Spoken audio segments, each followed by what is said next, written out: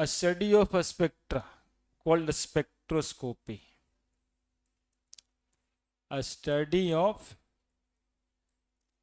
a spectra, plural है, a spectrum singular है. A study of a spectrum known as a spectroscopy. Atomic structure का ही part है ना, मतलब उसी का एक टॉपिक पढ़ा रहे. अ स्टडी ऑफ अ स्पेक्ट्रा या स्पेक्ट्रम नोन एज स्पेक्ट्रोस्कोपी. और स्पेक्ट्रा या स्पेक्ट्रम क्या होता है? तो ए range of wavelength, A range of wavelength और frequency obtained on a spectrogram, on a spectrogram known as a spectra. अब स्पेक्ट्रोग्राम क्या है? तो डिवाइस एट विच वेवलेंथ और फ्रीक्वेंसी ऑब्टेन्ड है ना. एक्चुअली में ये कुछ ज्यादा नहीं, एक फोटोग्राफिक फिल्म होता है और उसी पे एक कलर पैटर्न आ जाता है ना, उसी को कहता है spectrogram. Device on which we major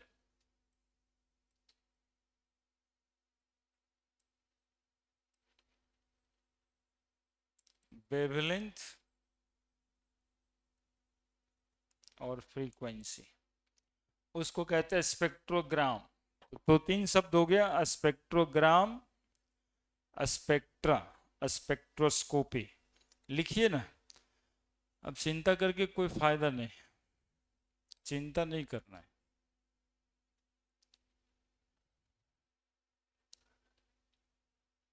घर में सब ठीक?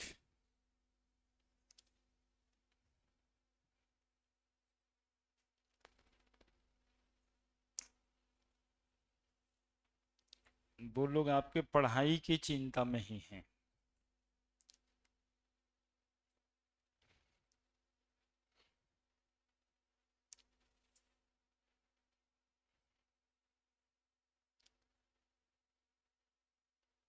A study of a spectra या spectrum known as spectroscopy. Spectra कहते हैं रेंज ऑफ वेवलेंथ और फ्रीक्वेंसी. घोटाला जब होता था ना, तब 4G स्पेक्ट्रम घोटाला भी हुआ था, 2G स्पेक्ट्रम घोटाला. अब ये स्पेक्ट्रम घोटाला मतलब वेवलेंथ का घोटाला, फ्रीक्वेंसीज का घोटाला. अब फ्रीक्वेंसीज तुम लोग अलग चीज समझने लगता है.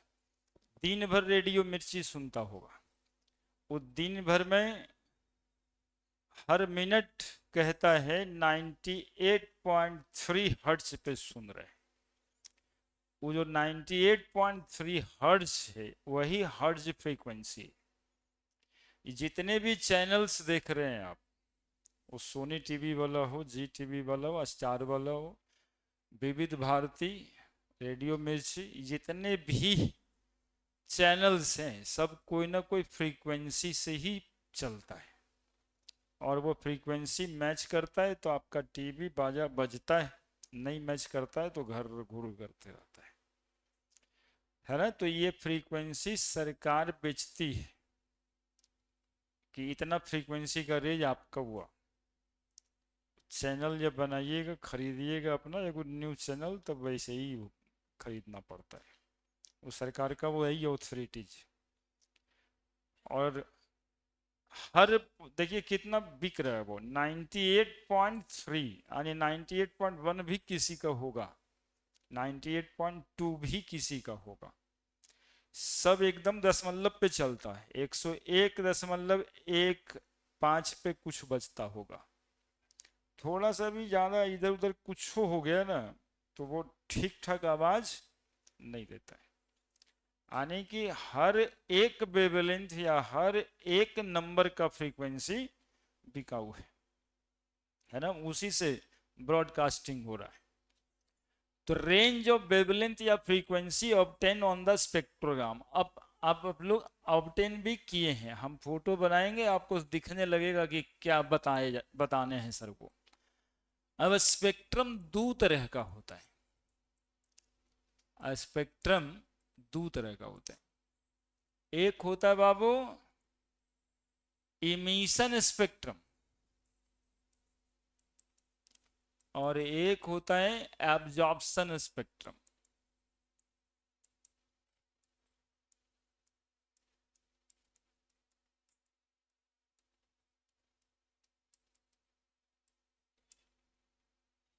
इमिशन स्पेक्ट्रम और दूसरा होता है एब्जॉर्प्शन स्पेक्ट्रम। इमिशन स्पेक्ट्रम भी दो तरह का होता है, एक होता है continuous emission spectrum, continuous emission spectrum या स्पेक्ट्रा बोल दीजिए। एक तो होता है लाइन इमिशन स्पेक्ट्रम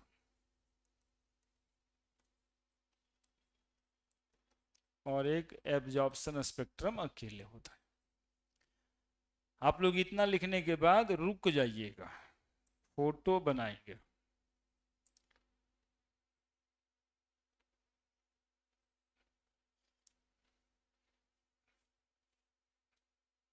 कितना कलर में टूटेगा ये फोटो याद है? हाँ 7 कलर में टूटेगा, है ना। एंगल ऑफ प्रिज्म है, एंगल ऑफ डेविएशन, ये सब लिख के आप पास करके आए हैं। वॉलेट, VIP, इंडिगो, इंडिगो इसमें मिलता नहीं। B, G, green, Y, O, O से ऑरेंज और रेड,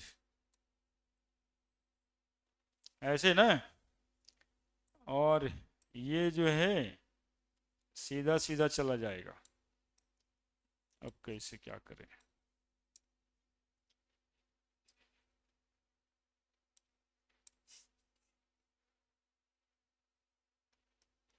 है ना, ये एंगल ऑफ डेविएशन होता था क्या।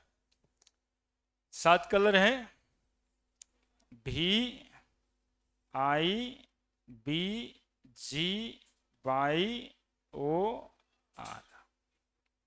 ठीक है। अब देखिए इसको जो है ना एक फोटोग्राफिक फिल्म पे ऑब्टेन करना है। किस पे ऑब्टेन करना है? Photographic film. काला सा रहता है फोटोग्राफिक फिल्म, बॉर्डर बनाया उजला उजला दिखाई दे रहा है, बीच में काला ही है।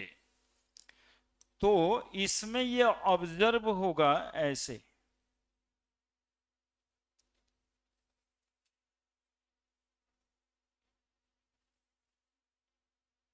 वॉलेट हो गया। इंडिगो को खोज के लाए थे इधर से,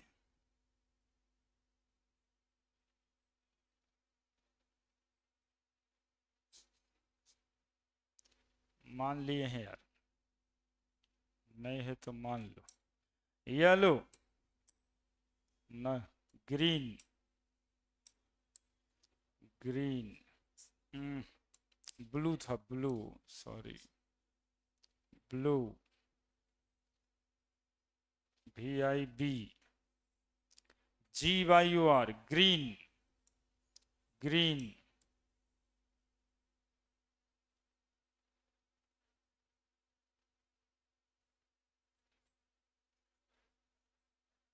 Y,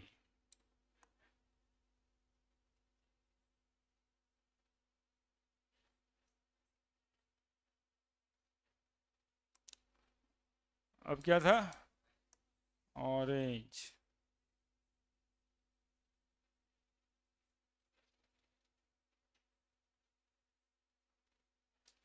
अब क्या था? रेड।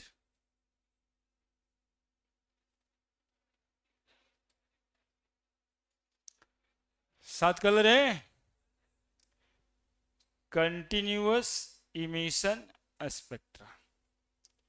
क्या ऑब्टेन हुआ? फोटोग्राफिक फिल्म पे ऑब्टेन हुआ है, फोटोग्राफिक फिल्म पे ऑब्टेन हुआ है 7 कंटिन्यूअस कलर। ऐसे ही, कहीं पे गैप्स नहीं है, यहाँ पे है कहीं पे पूरा कलर है। उसी तरह से यहाँ पूरा कलर बैंड ऑब्टेन हुआ फोटोग्राफिक फिल्म पे।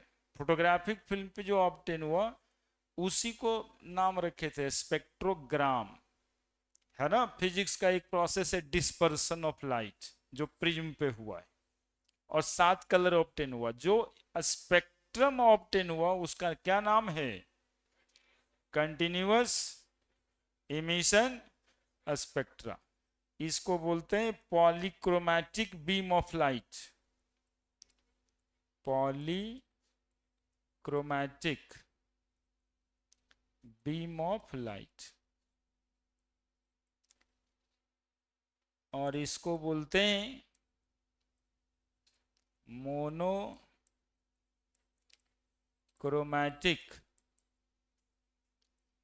Beam of light.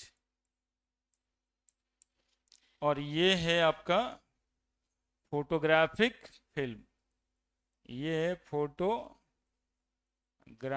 फिल्म जिस पे ऑब्टेन हुआ है। आप लोग अलग से बना लेना, यहाँ पर दिक्कत होगा एक साथ, है ना। ये बांट लेना और फिर कंटिन्यूअस इमिशन स्पेक्ट्रल लिख कर करके ये फोटो बनाना, और फिर हम लिखवाएंगे भी, ठीक है। लाइन इमिशन स्पेक्ट्रा क्या होता है? ये तो कंटिन्यूअस इमिशन स्पेक्ट्रा होगा। सुनेगा अभी, लिखना नहीं है, कहेंगे तब। लाइन इमिशन स्पेक्ट्रा में पहले एक कैंडल बनाते हैं। क्या बनाए? कैंडल। मतलब हम फोटो बनाना सिखा रहे हैं आपको, ठीक है। कैंडल बना दी। इस कैंडल पे हम एक चम्मच लगा के सोडियम को गर्म करते हैं। क्या रख के गर्म करते हैं? सोडियम, चम्मच पे। सोडियम के बारे में तो तुम लोग जानते हो कि या एयर में आने से ही आग लग जाएगा, और उसको फ्लेम में डाल दिए तो कितना जल्दी लगेगा सोच ही सकते हो। अब इस फ्लेम में जो रेज निकल रहा है, इस फ्लेम से जो रेज निकल रहा है, इसको प्रिज्म पे इंसिडेंस कराते हैं, ठीक है। फ्लेम को, इससे निकला हुआ फ्लेम को प्रिज्म पे इंसिडेंस कराते हैं। तब मात्र 2 लाइन ऑब्टेन होता है। मात्र 2 लाइन ऑब्टेन होता है। येलो वेवलेंथ का 2 लाइन ऑब्टेन होता है मात्र। येलो वेवलेंथ का 2 लाइन ऑब्टेन होता है, ठीक ना। और उसको फोटोग्राफिक फिल्म पे इस तरह से देखते हैं। तो फोटोग्राफिक फिल्म कैसा है? बोलेंगे सर काला बताए थे अभी आप, काला ही है। और फोटोग्राफिक फिल्म पे मात्र ये 2 लाइन ऑब्जर्व हुआ है, 2 लाइन ऑब्जर्व हुआ। उस तरह से कलर बैंड नहीं, पूरा भर भर के कलर नहीं, सिर्फ 2 स्ट्रिप, है ना। पूरा काला होगा, उस पर 2 स्ट्रिप यहाँ पे आ गया होगा, ठीक है। Line, that is line emission spectra. जब कोई मेटल को आप गर्म करोगे तो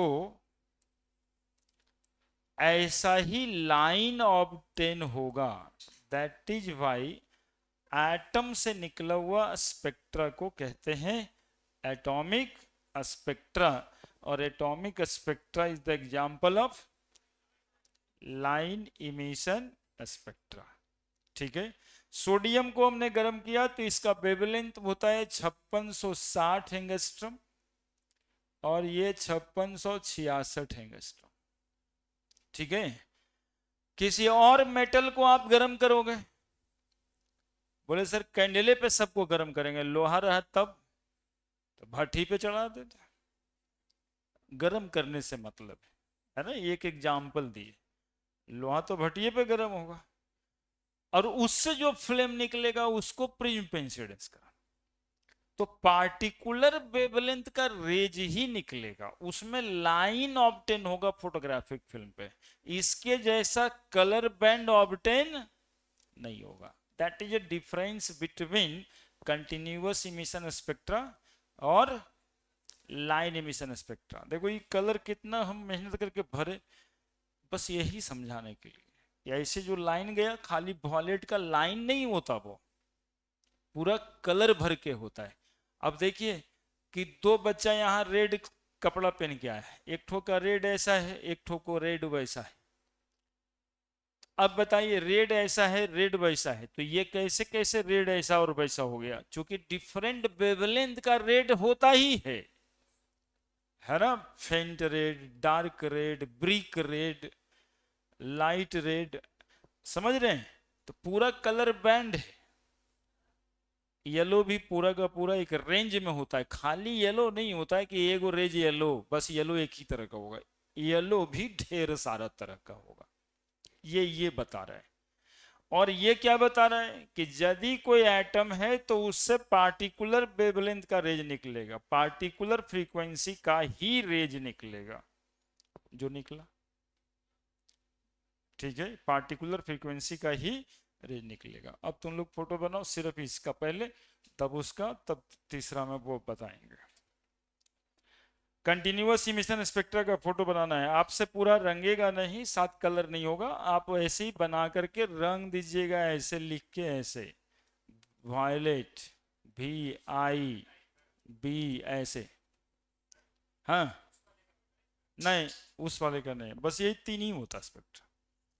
सिर्फ ये बना लो अभी, और इसमें लिखना भी है, उसमें भी बातें करनी है, उसमें थोड़ा ज्यादा बात करनी है। हम लोगों को अभी यही वाला स्पेक्ट्रा पढ़ना है, line emission spectra. Line emission spectra को समझाने के लिए हम पूरा स्पेक्ट्रोस्कोपी पढ़ा दिया।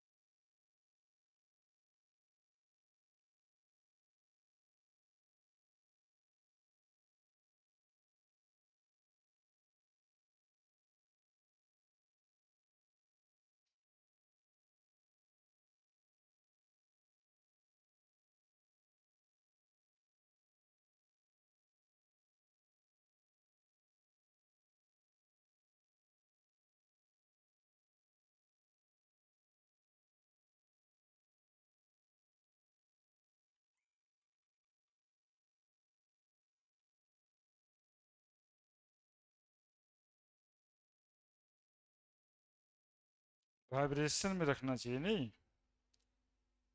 देखिए गलती होता ही, कंप्लीट साइलेंट।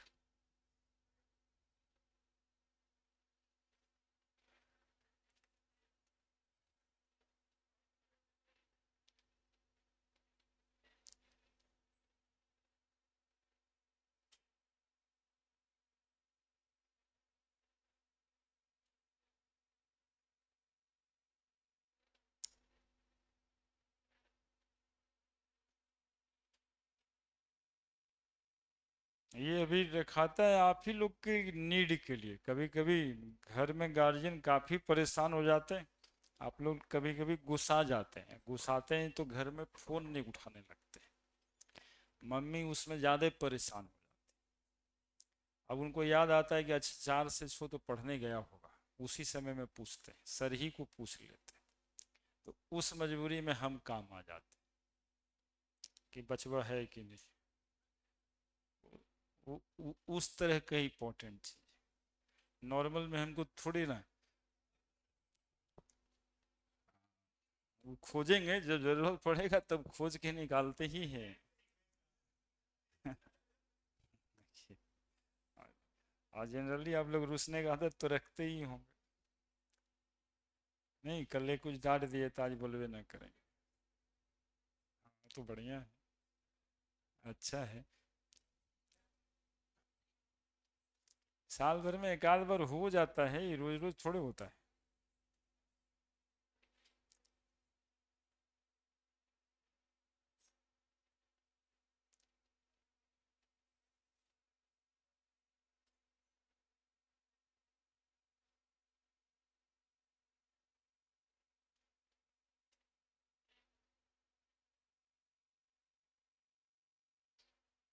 खाली यही फोटो बनाना है, कंटिन्यूअस इमिशन स्पेक्ट्रा का। फिर दूसरा बार लिखवाएंगे, बना लिया है, जगह है वहां पे, तब ठीक है। अब हम ही लिखेंगे कंटिन्यूअस इमिशन स्पेक्ट्रा तभी ना कुछ लिख पाएंगे। बड़े देखो, वो फिजिक्स वाला हमें बात नहीं कर रहे हैं कि डिस्पर्सन होता है, एंगल ऑफ डेविएशन होता है, ये सब बात नहीं करना है, रिफ्रैक्शन होता है, ये सब बातें हमें नहीं करें ना। हमने कहना है कि भाई एक पॉलीक्रोमैटिक बीम ऑफ लाइट जब प्रिज्म पे इंसिडेंस कराते हैं तो 7 कलर में टूट जाता है, और उसको जब फोटोग्राफिक फिल्म पे ऑब्टेन करते हैं तो एक कंटिन्यूअस कलर बैंड ऑब्टेन होता है। इसी कंटिन्यूअस कलर बैंड को हम कंटिन्यूअस इमिशन स्पेक्ट्रा कहते हैं। इसका वेवलेंथ का रेंज होता है 4000 एंगस्ट्रम से 8000 एंगस्ट्रम तक। मतलब मोर प्रोबेबली कहीं 3600 से 7200 भी लिखा है, कहीं 3800 से 7800 भी लिखा है। ठीक है, continuous emission spectra. Polychromatic beam of light किसको कहते हैं, तो आइए यहां पे ये सब लिख के देना होगा आप लोगों को। Continuous emission spectra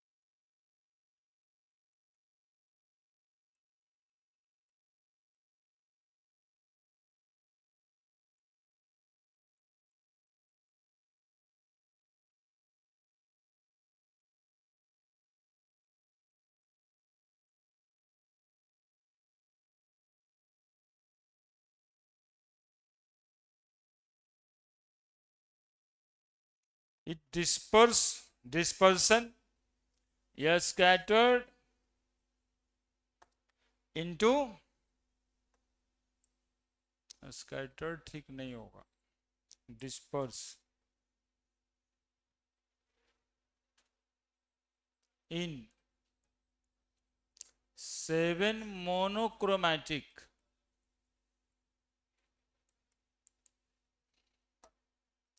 beam of light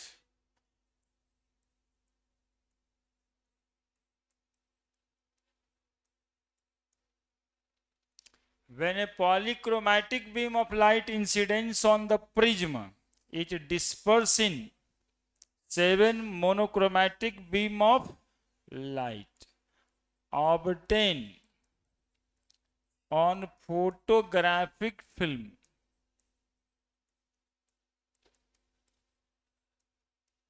as continuous color band, continuous color band The spectrum which obtain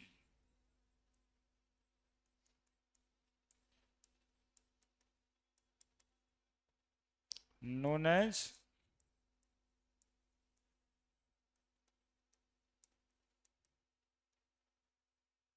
continuous emission spectra. Example इसका है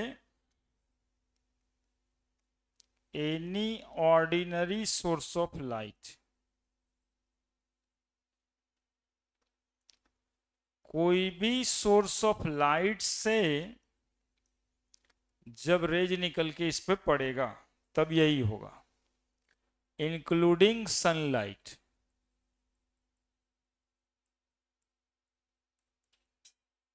इंक्लूडिंग सनलाइट।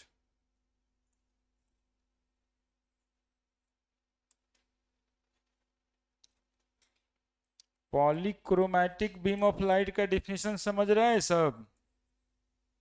पॉलीक्रोमैटिक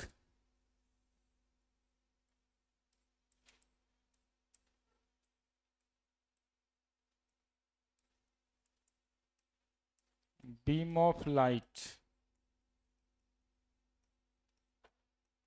पॉली मतलब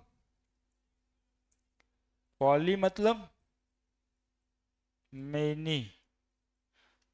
क्रोमा, क्रोमा मतलब colour. Polychromatic beam of light यानी light consist from many colour, उसको कहते हैं polychromatic beam of light. Beam of light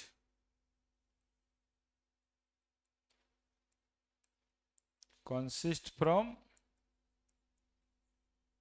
many color,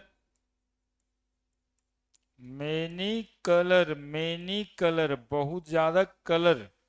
बहुत ज्यादा कलर मतलब वही 7 कलर, जो 7 कलर लाइट से एक बना है, उसी को कहते हैं पॉलीक्रोमैटिक बीम ऑफ लाइट।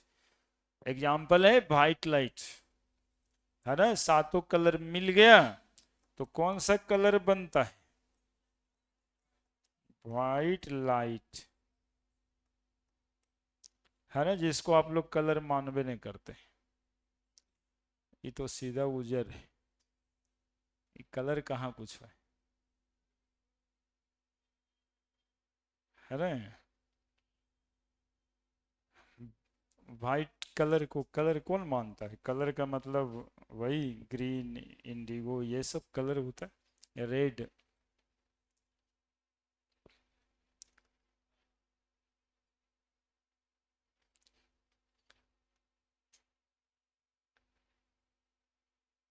काला देखो कोई कलरे में ना आता है, बिबग्योर में है कहीं पे ब्लैक।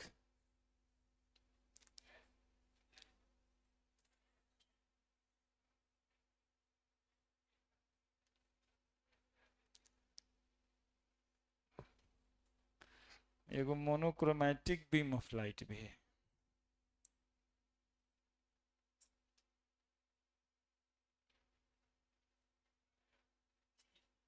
हम्म,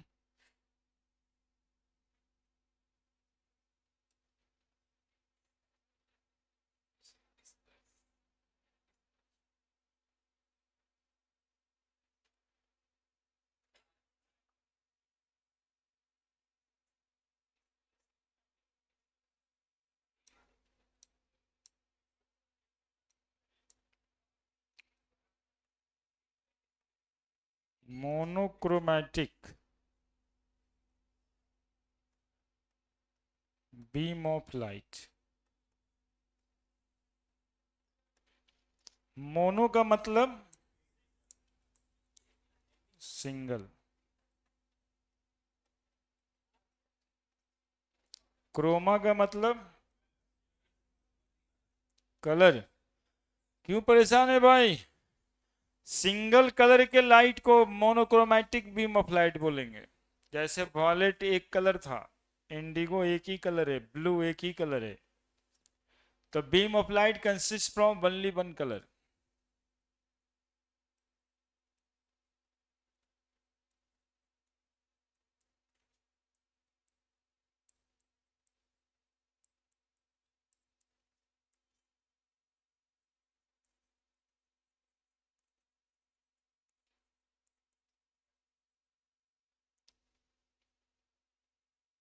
एग्जाम्पल VIB GYOR। ये दुनिया यही 7 कलर से बना है, समझो, है ना, सतरंगीन दुनिया है। सबको मिलके वाइट ही हो जाना है।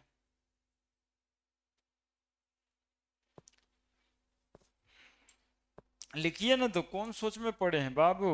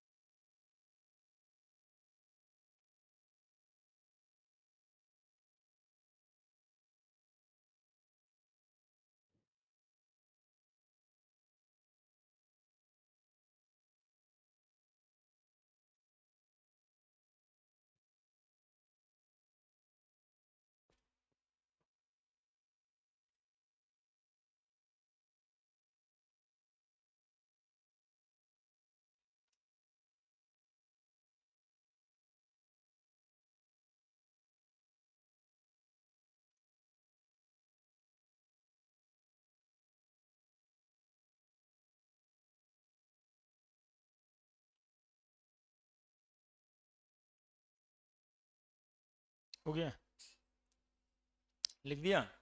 तो किसी भी ऑर्डिनरी सोर्स ऑफ लाइट से जब स्पेक्ट्रम ऑब्टेन होगा उसको कहेंगे हम लोग continuous emission spectra.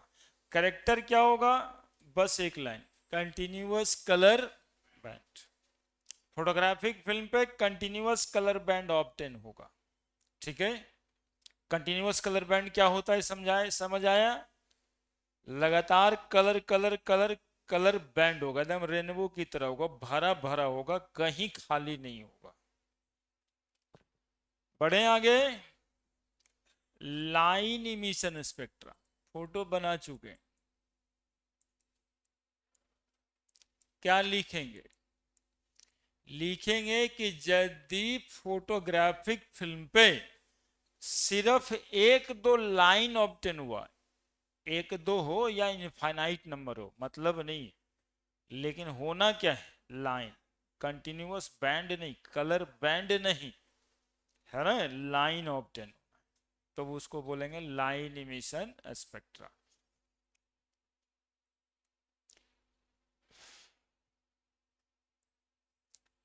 When an atom is heated, when an atom is heated, वो एग्जाम्पल दिए मोमबत्ती वाला। एटम किसी भी मीन से आप हीट कर सकते हैं, डिस्चार्ज ट्यूब में रख के गैस को हीट कर सकते हैं, नहीं डिस्चार्ज ट्यूब में जैसे बताए थे, एनोड कैथोड पूरा का पूरा ग्लो कर जाएगा। बंसन बर्नर पे रख के हीट कर सकते, मोमबत्ती पे रख के हीट कर सकते, इलेक्ट्रिक आर्क में हीट कर सकते करंट से, है ना। कैंडल अभी बनाए तो थे, किसी भी मीन से हीट कर सकते। When an atom is heated and radiated rays, निकलता हुआ रेज को, incidence on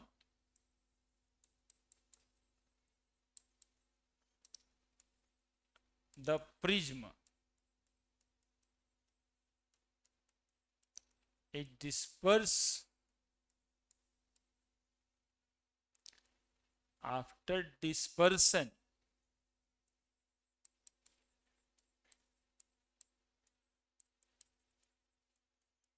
if we observe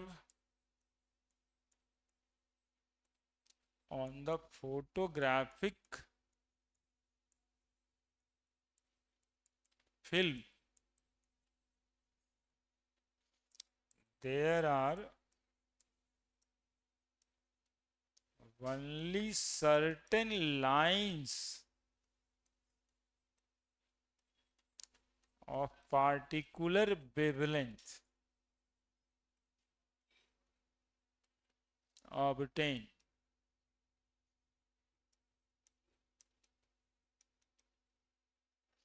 Then it called as photographic film.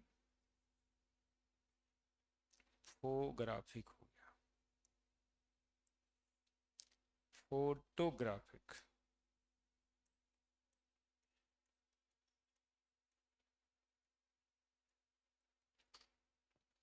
Then it called as line emission spectra. Line emission spectra.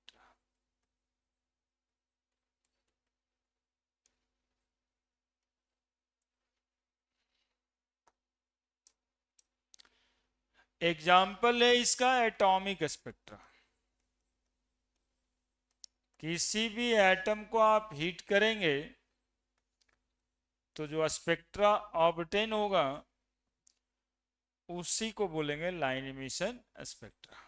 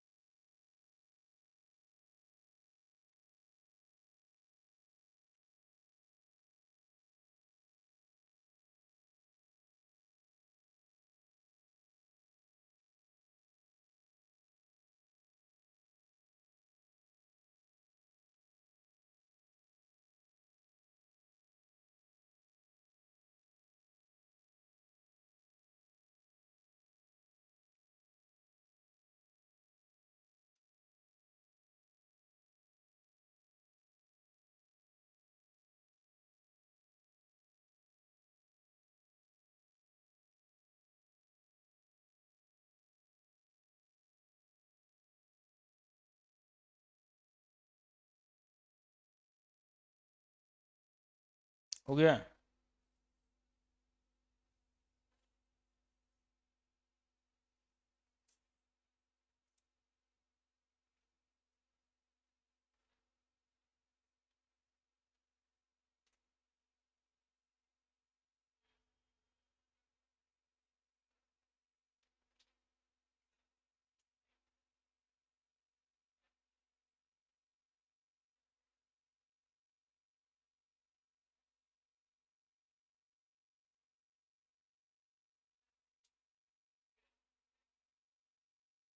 अब देखिए आपको बताते हैं एटॉमिक स्पेक्ट्रा जो है यही मॉडर्न साइंस है.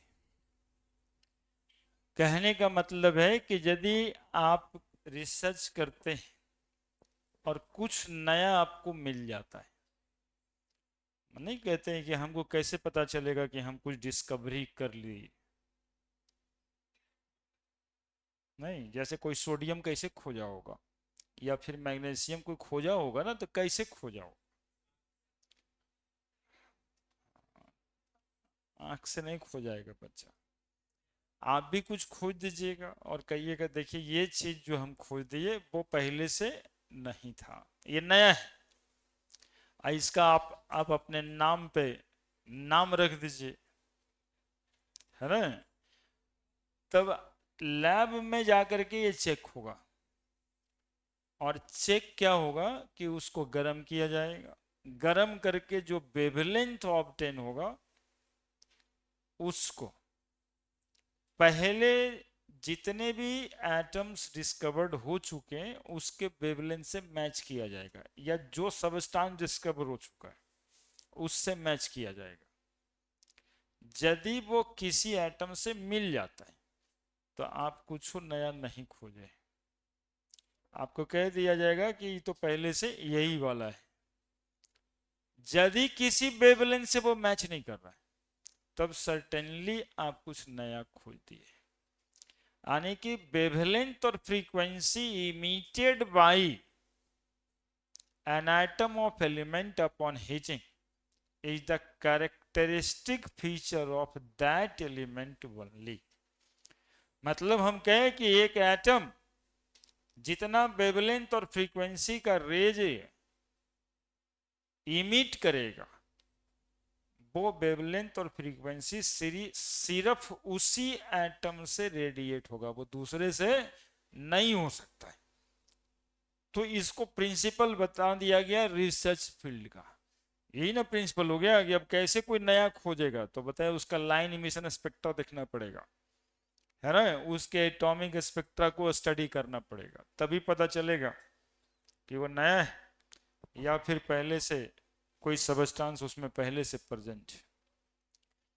तो यहाँ के बाद ही तो बात हुआ। ये एक्सपेरिमेंट मोसले साहब कर रहे थे, सुने हैं नाम मोसले का? मोसले साहब आपको पीरियोडिक टेबल में मिलते हैं, है ना। मेंडलीफ साहब का पीटी याद होगा? कुछ नहीं याद है, अब ये सब नहीं याद करते। नहीं, पीरियोडिक टेबल 10वां में मेंडलीफ साहब ना लिखवाए, 10वां पढ़ भी नहीं किए। अच्छा, तो जो पीरियोडिक टेबल अभी देखते हैं ना वो मोसले साहब का बनाया हुआ है, मॉडर्न पीरियोडिक टेबल। वो बना हुआ इसी मेथड से, ठीक है। तो इसके आगे थोड़ा सा बात लिख दीजिएगा। The wavelength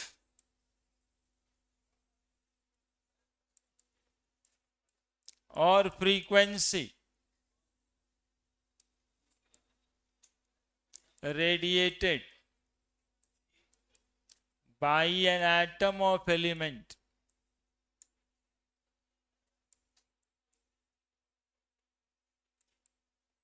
upon heating is the characteristic feature of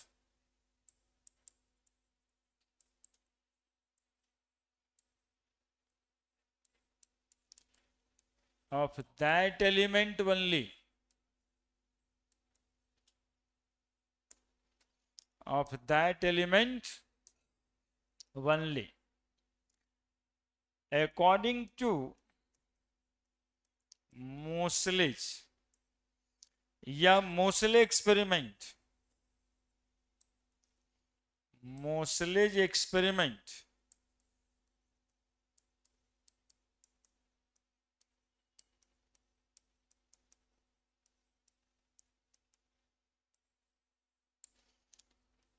a square root of frequency radiated by any source of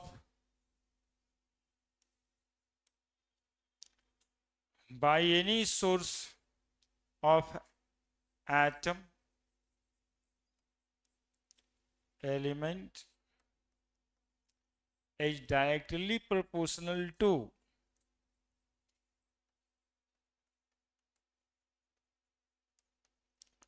the atomic number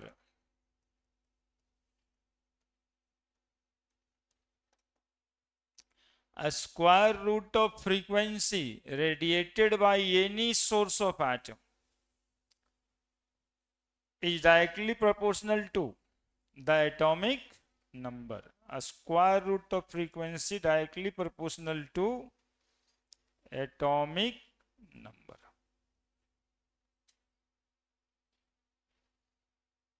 है a square root of frequency directly proportional to a square root of frequency radiated by any atom, सीधा लिखो, any source वगैरह लिखने की क्या जरूरत है, any atom is directly proportional to their atomic number, यानी कि frequency or wavelength radiated by any atom is the characteristic features of their atomic number, यानी कि that element only। किसी भी दो एटम का एटॉमिक नंबर सेम होता है क्या? बोलो ना, किसी भी दो एटम का एटॉमिक नंबर सेम है क्या? दो एटम वो इसीलिए है कि उसका एटॉमिक नंबर डिफरेंट। समझ रहे बात? तो फ्रीक्वेंसी जो है वो उसी के डायरेक्टली प्रोपोर्शनल तो है।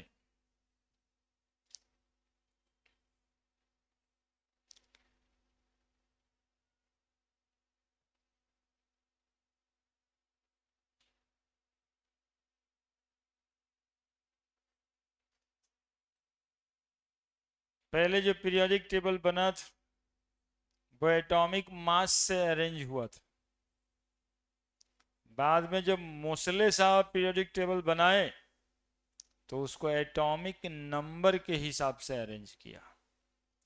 इसी एक्सपेरिमेंट के बाद उनको पता चला कि जब most fundamental properties like frequency और वेवलेंथ एटॉमिक नंबर पे डिपेंड करता है, तो बाकी के भी एटम के सारे प्रॉपर्टीज एटॉमिक नंबर पर ही डिपेंड करेगा। तो जो पहले से पीरियोडिक टेबल मास नंबर पे बन रहा था उसको बदल के वो एटॉमिक नंबर के हिसाब से अरेंज किए। बड़े बड़े अब देखो स्क्वायर रूट ऑफ फ्रीक्वेंसी जो है डायरेक्टली प्रोपोर्शनल टू जेड, तो बराबर करने के लिए a into Z minus B, एक तो फॉर्मूला याद रखना, where a and b are mostly constant.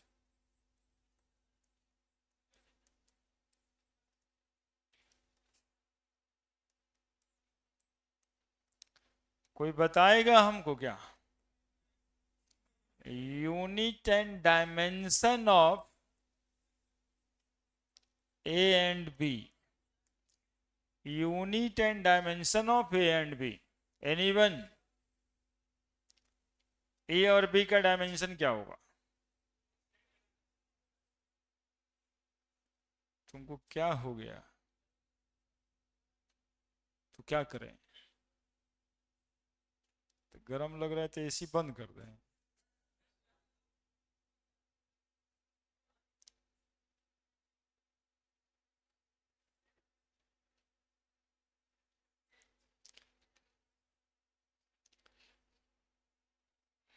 शांति से, अब थोड़ी ना शिमला पहुंचा दें हम, मैनेज ही करना पड़ेगा।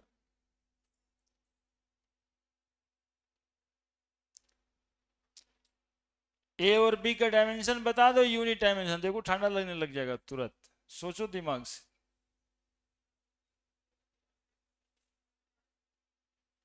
कुछ एनर्जी इसमें निकलेगा, शरीर का एनर्जी घटेगा, ठंडा लगने लगेगा। साइंस से सोचो।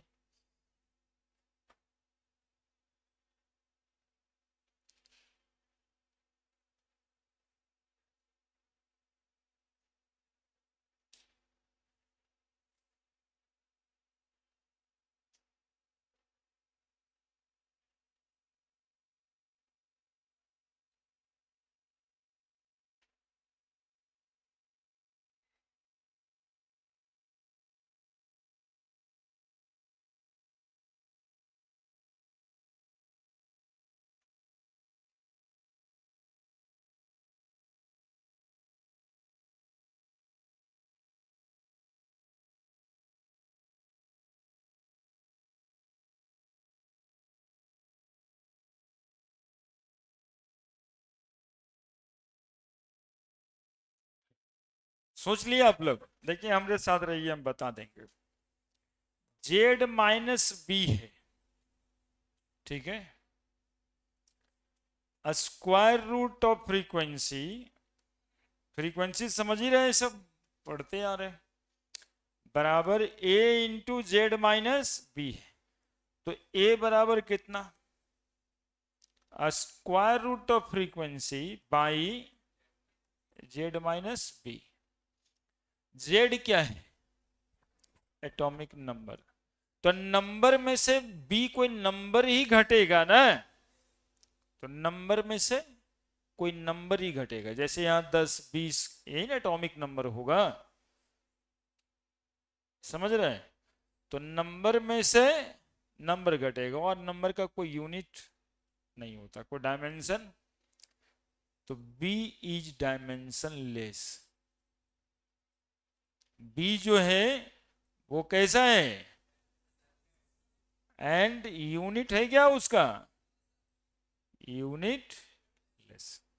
बी को ना डायमेंशन है और न ही यूनिट, क्योंकि वो एक नंबर है, since B is a number, B is a number, B क्या है, एक नंबर है, और नंबर को यूनिट एंड डायमेंशन नहीं होता, ठीक है। अब आइए इधर, तो ए डायमेंशनली, डायमेंशनली ए बराबर क्या हो गया, square root of frequency Z minus B, तो जेड का तो यूनिट होता नहीं, डायमेंशन होता ना, ए का भी है नहीं। फ्रीक्वेंसी बराबर तुम लोग पढ़ा होगा,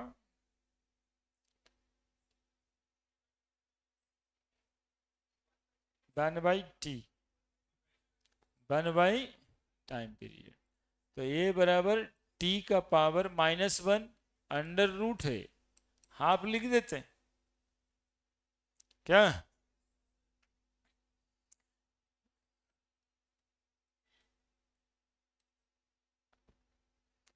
वन बाई स्क्वायर रूट, इतना लिख सकते हैं। अब डायमेंशन बताइए, मास तो है नहीं इस क्वांटिटी में, लेंथ है क्या, तो सिर्फ टाइम है, टी माइनस, यही डायमेंशन है, second minus square root second का, आने यूनिट बोलना है तो आप सेकेंड बोल सकते हैं। कितना छोटा सा सवाल, लेकिन फसाऊ टाइप का था, एग्जामिनेशन प्रेशर में आ जाए तो बनना मुश्किल हो जाता, और आए जाए नहीं, आया हुआ ही है।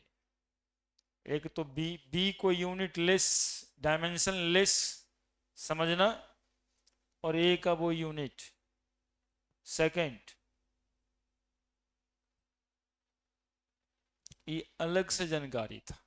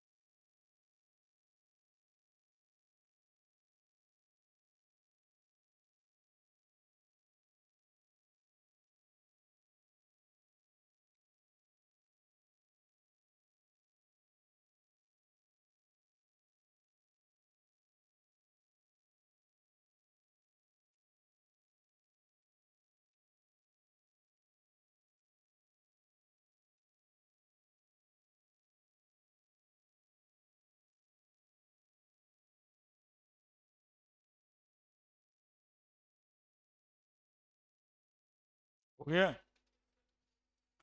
अब एक बात नोट में लिख देना है, बड़े नोट में एक बात लिख के रख देना है, द वेवलेंथ और frequency radiated by any source of radiation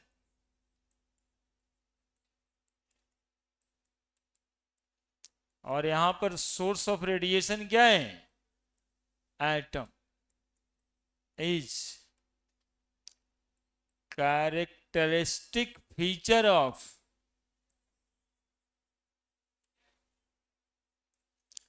that atom only,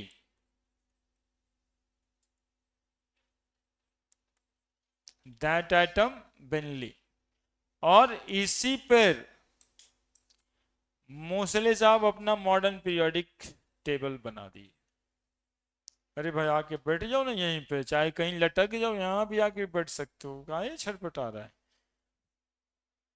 गर्मी लग रहा है, इतना गर्मी कैसे अचानक से लगने लग गया। तो बैठो आकर के यहाँ पे, देखो पंखा है यहीं पे, ऐसी थोड़ा खड़ा भी हो सकते हो यहाँ पे, किसी को दिक्कत नहीं हो, एकदम ठंडा हवा लगेगा, क्या कर सकते हैं।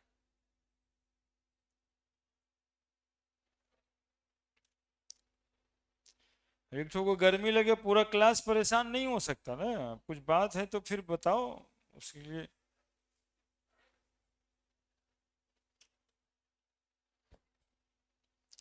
The wavelength or frequency radiated by any source of radiation, that is atom, is characteristic feature of that atom only। सिर्फ उसी एटम का कैरेक्टरिस्टिक फीचर होगा, है ना। कोई दूसरा एटम वही वेवलेंथ को इमिट कर सकता है क्या, नहीं कर सकता है। समझा क्या समझाए। कोई नया एलिमेंट खोजोगे तो क्या करना पड़ेगा उसका, स्पेक्ट्रोस्कोपी। स्पेक्ट्रोस्कोपी में क्या ऑब्जर्वेशन करना है, लाइन इमिशन स्पेक्ट्रा। देखना है कि उसको गर्म करने पर किस वेवलेंथ का रेज निकल रहा है, क्या पहले से वो वेवलेंथ ऑफ रेज किसी एटम को गर्म करने से निकल चुका है। यदि निकला है तो वही एटम आपके हाथ में है, यदि नहीं निकला है तो जरूरी है कि कुछ नया आपने खोज दिया हुआ है। Next, absorption emission spectra.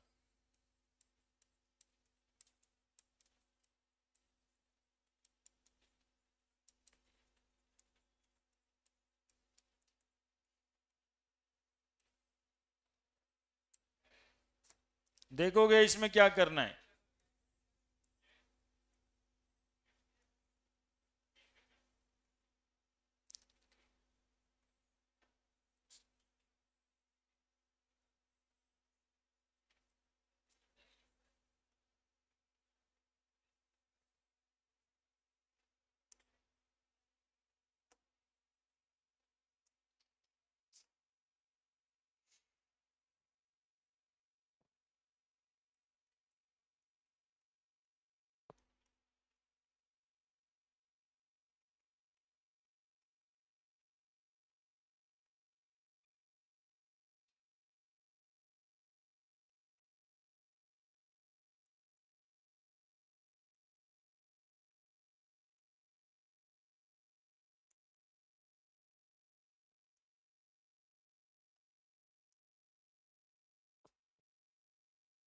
सात कलर बनाना होगा यहाँ पे।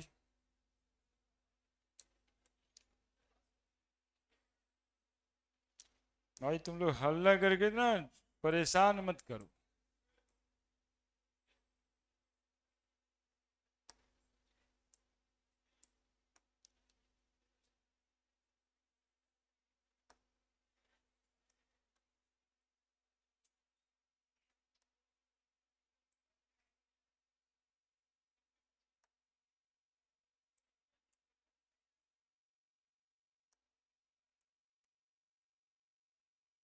यही सात कलर था, अब ये कलर बैंड भी बनाना है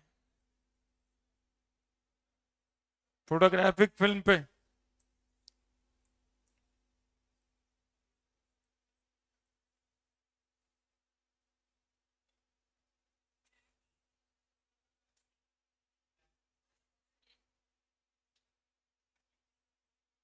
शांति से देखिएगा ना तो दिमाग में इंफॉर्मेशन जाएगा और उसी इंफॉर्मेशन से आपको क्लियर हो जाएगा बहुत सारा बात।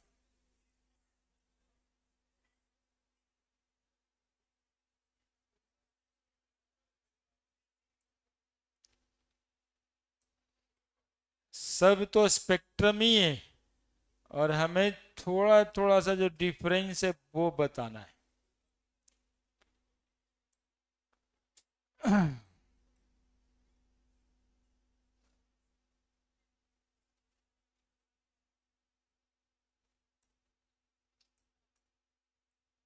आप लोग को बताएं VIBG/OR कलर बैंड बना के लिखिएगा।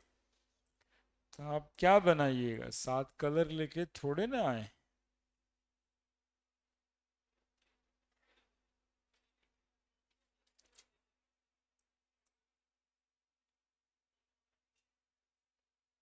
देखिए बना दिए। कैसा स्पेक्ट्रम है ये, कैसा स्पेक्ट्रम है? Continuous emission spectrum. लेकिन इधर देखिएगा, एक पॉलीक्रोमेटिक बीम ऑफ लाइट को किससे पास कराएं? केमिकल सॉल्यूशन से पास कराएं। अब देखिएगा उसमें क्या ऑब्जर्वेशन होता है। देखिए इस कंटिन्यूअस कलर बैंड में क्या दिखाई दिया? Black colour. ब्लैक कलर किसका था? बोले फोटोग्राफिक फिल्म का था। ब्लैक कलर किसका था? तो पहले से जो फोटोग्राफिक फिल्म था उसका तो ब्लैक ही कलर था। तो ये ब्लैक का ब्लैक ही रह गया। इसका मतलब क्या है? इसका मतलब है कि certain wavelength of rays absorb by this chemical solution. इस केमिकल सॉल्यूशन में जब पॉलीक्रोमेटिक बीम ऑफ लाइट को हमने इंसिडेंस किया तो कुछ वेवलेंथ ये एब्जॉर्ब कर लिया और वही वेवलेंथ यहाँ पे जा नहीं पाया। ये किसी भी रीजन में हो सकता है, ग्रीन में, येलो, ऑरेंज, रेड, जैसा केमिकल सॉल्यूशन वैसा वेवलेंथ का एब्जॉर्प्शन। ये भी इसका कैरेक्टरिस्टिक फीचर होगा। तो यदि कंटिन्यूअस इमिशन स्पेक्ट्रम में कोई ब्लैक पैच दिखाई पड़े या ब्लैक स्पेस दिखाई पड़े तो वो कौन सा स्पेक्ट्रा हो गया? इमिशन था ना। दो तरह का स्पेक्ट्रम था, एब्जॉर्प्शन स्पेक्ट्रा था और इमिशन स्पेक्ट्रा था। तो एब्जॉर्प्शन इमिशन लिखा गया है, थोड़ा देख लीजिएगा। केवल एब्जॉर्प्शन स्पेक्ट्रा,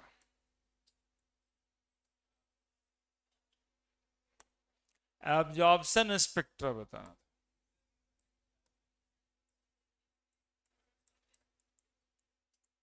लिखिए, फोटो बनाइए।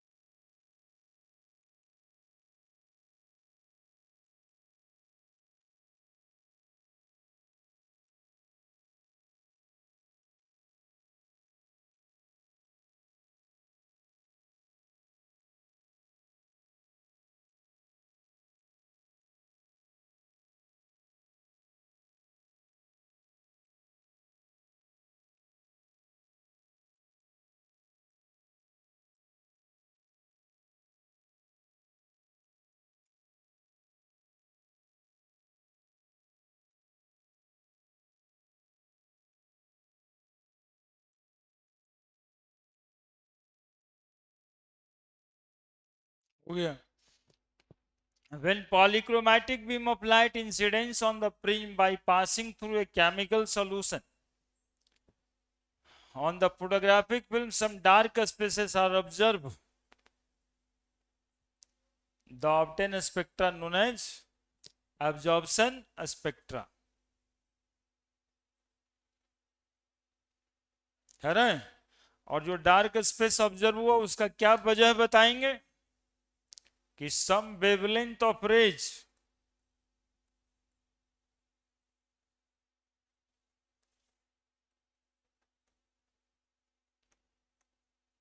are absorbed by the chemical solution.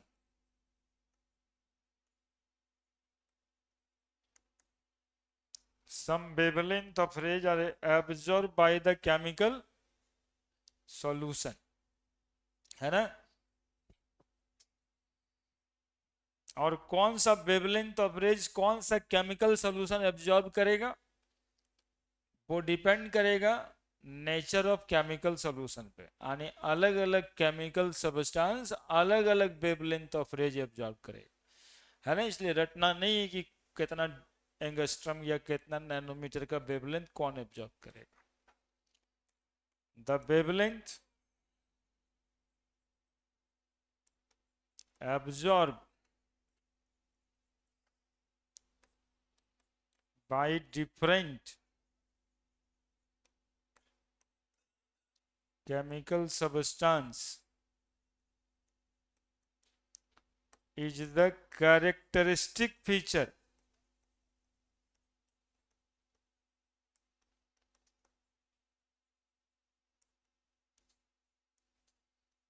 of that substance only.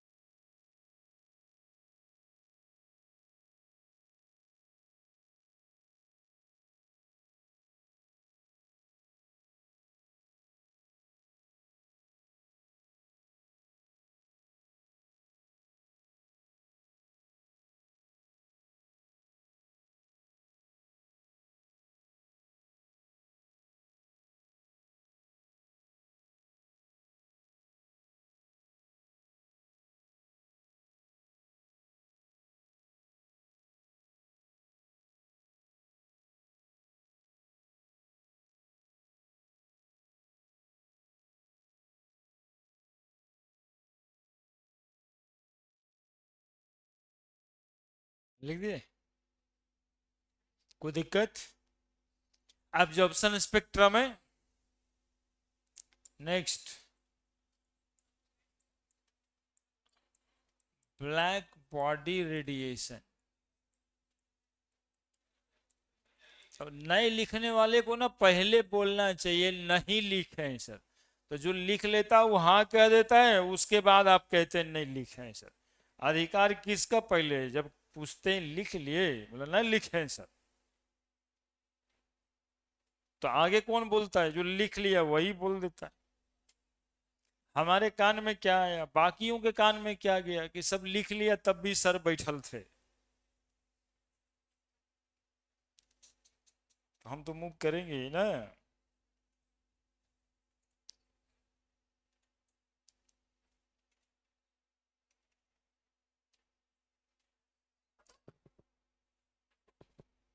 तो तीन तरह का स्पेक्ट्रा था,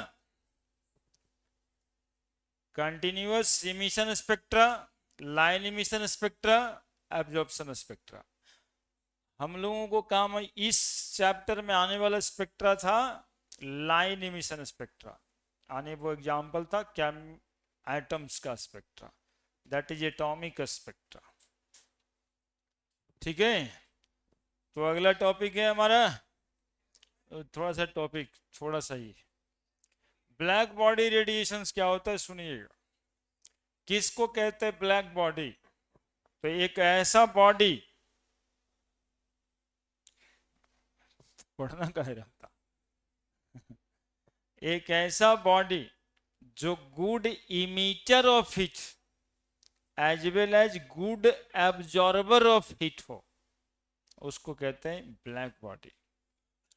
सारे वेवलेंथ ऑफ रेज जो उस बॉडी पे पड़े सबको एब्जॉर्ब कर ले और गर्म होने के बाद सब रेज को इमिट कर दे, ऐसे बॉडी को बोलते हैं ब्लैक बॉडी। और इसके जो रेडिएशंस निकलेंगे उसको बोलेंगे ब्लैक बॉडी रेडिएशन। क्लियर है हम क्या बोले, समझ गए? अब सुनिए हमारी बात, लोहा को गर्म होते हुए देखिए, जैसे पूजा में पंडित जी कहते हैं ना शंकर भगवान का ध्यान कर लीजिए, ध्यान में आ जाता ना, सांप एकदम गला में लौटते रहता है, उसी तरह से हम कह रहे हैं लोहा को गर्म कीजिए। तो लोहा को गर्म कीजिएगा ना तो सबसे पहले वो ब्रिक रेड होगा, लाल ईटा टाइप का लाल, उसके बाद इंटेंस रेड होगा, और गर्म कीजिए फिर वो येलो कलर का होगा, और गर्म कीजिए फिर वो ब्लू कलर का हो जाएगा। अब उसको और गर्म नहीं करना है, इतना रेडिएशन दिए, इतना वेवलेंथ आपने दिया और सबको वो एब्जॉर्ब कर लिया, अब उसको छोड़ दीजिए, क्योंकि और गर्म कर देते ना तो वो पिघल जाता, तो पिघल जाएगा तो फिर बात खत्म हो जाएगा, दैट इज स्टेट चेंज हो गया। तो जो अमाउंट ऑफ आप एनर्जी दिए वो तो दूसरा में काम में लग गया। तो ब्लू होने के बाद उसको छोड़ दीजिए अब, तो देखिएगा वो धीरे धीरे फिर से येलो हो जाएगा और फिर से रेड हो जाएगा, और रेड के बाद ब्रिक रेड हो जाएगा, और ठंडा पड़ेगा तो जैसा है वैसा ही हो जाएगा। इसको बोलते ब्लैक बॉडी, है ना? वो एकदम काला बॉडी मतलब जो समझते हैं आप वैसा नहीं है, ठीक है? ब्लैक बॉडी का मतलब समझे, ये substance which are good absorber of heat as well as good emitter of heat, एक ऐसा सबस्टांस जो जितना रेज उस पे पड़े सबको एब्जॉर्ब कर ले, गर्म होने के बाद यदि छोड़ दिया जाए तो वो सारे रेज को छोड़ दे, रिलीज कर दे, ऐसे बॉडी को ब्लैक बॉडी। और जो छोड़ा हुआ रेज है उसको ब्लैक बॉडी रेडिएशन कहते हैं, ठीक है? इससे कंक्लूजन क्या निकलेगा वो देखने वाली बात होगी, बस तुरंत हो ही जाएगा। A body which are good absorber, good absorber of heat as well as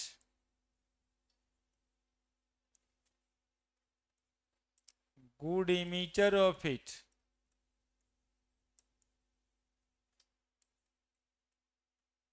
known as black body, and the emitted radiation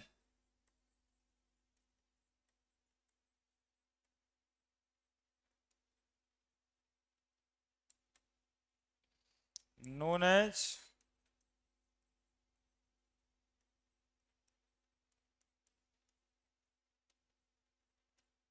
black body radiation, known as black body radiation। Example, when a iron is heated, first of all it brick rate,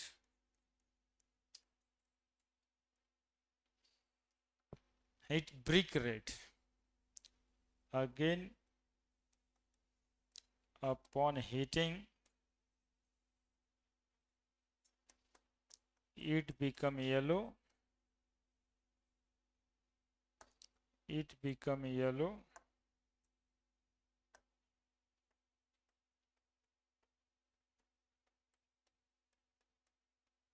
and finally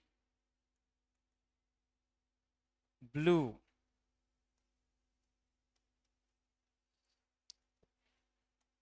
When it become hot, ये blue हो जाएगा, मतलब पूरा का पूरा गर्म हो जाएगा।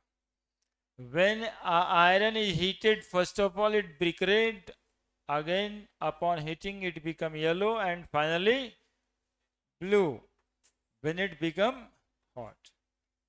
Then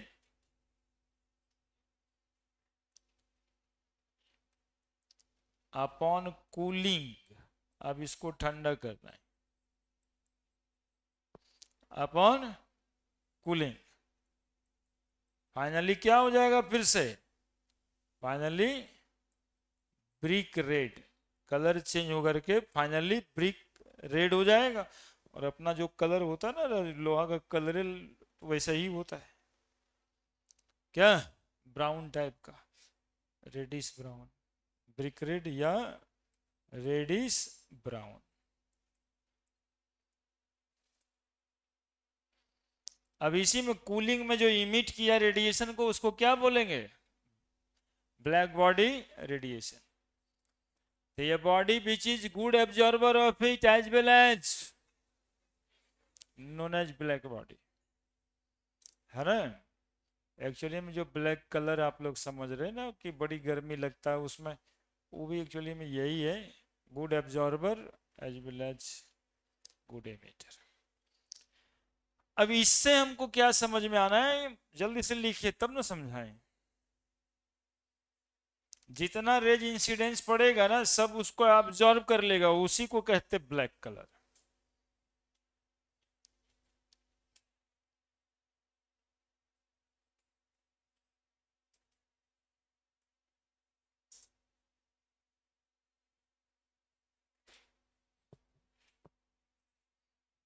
ठीक है, अब जरा सा आप मेरे साथ रह करके देखिए, कुछ ऑब्जर्वेशन करिए। सबसे पहले गर्म किए तो टेम्परेचर कम होगा तो रेड था कलर में, और गर्म किए तो वो येलो हुआ, और गर्म किए तो ब्लू हुआ। यानी कि हाई टेम्परेचर पे वो क्या हुआ, लो टेम्परेचर पे क्या था, बस यही कंक्लूजन निकालना है। बदले देखो, VIBGYOR, violet, indigo, blue, green, yellow, orange. Wavelength क्या हो रहा है, किसका सबसे ज्यादा वेवलेंथ है। अब बताओ रेड कब था, जब टेम्परेचर लो था, जब हीट गर्म करना शुरू किए थे तब रेड हुआ था वो। फिर और गर्म किए तब येलो हुआ, और गर्म किए तो ब्लू हुआ। आने की इधर जाएंगे तो टेम्परेचर क्या होगा बताओ, इंक्रीजेस। यानी वेवलेंथ और टेम्परेचर एक दूसरे का इन्वर्सली प्रोपोर्शनल है। Wavelength is inversely proportional to temperature. ये फाइनली हम लोग गेट किए यहां से। वेवलेंथ और टेम्परेचर में जब ग्राफ बनाए तो ये इन्वर्सली प्रोपोर्शनल का ग्राफ आएगा लाइक दिस, है ना। वेवलेंथ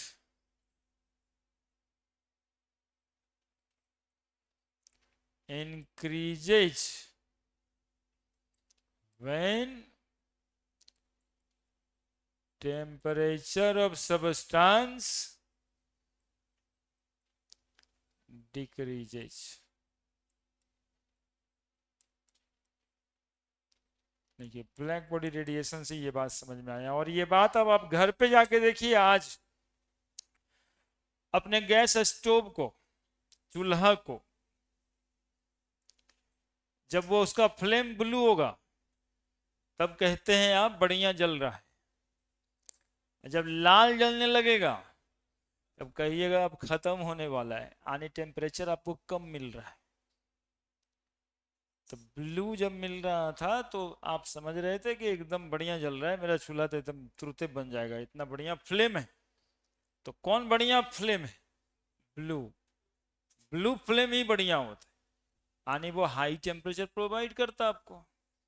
और लाल जलने लगेगा तो कम टेम्परेचर प्रोवाइड करेगा आपको।